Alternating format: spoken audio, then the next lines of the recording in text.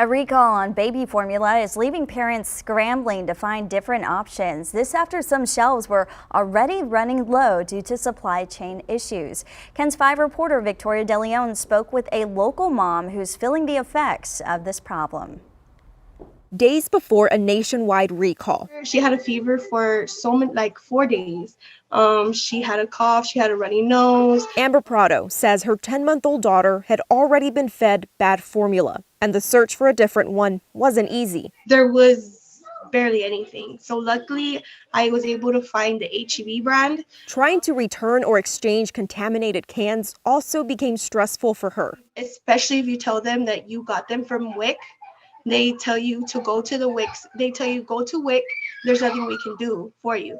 So when you go to the WIC, you're there at the WIC telling them, and they tell you, no, you have to go to the same store you bought it from. In a statement to KENS 5, Texas Health and Human Services said in part, the WIC program has notified grocers that WIC customers should be treated like all other customers related to this recall. Amber had better luck going through the company that produces the formula. So I'm still waiting for that return label so that way I could ship them the cans. Her daughter is adjusting to her new formula, but knows that it may be difficult for other parents to make a switch. A few things you could try, maybe sit in like a dark or dim lit room in a really cozy area.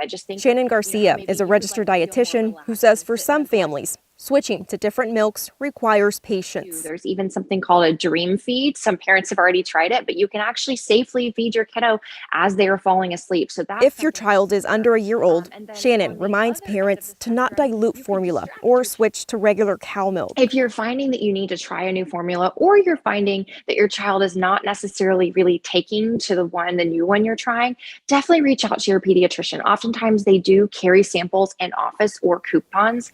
The WIC program has temporarily added more options for those different types of formulas that have been affected by the recall. You can find a full list of those brands that are now covered up on KENS5.com.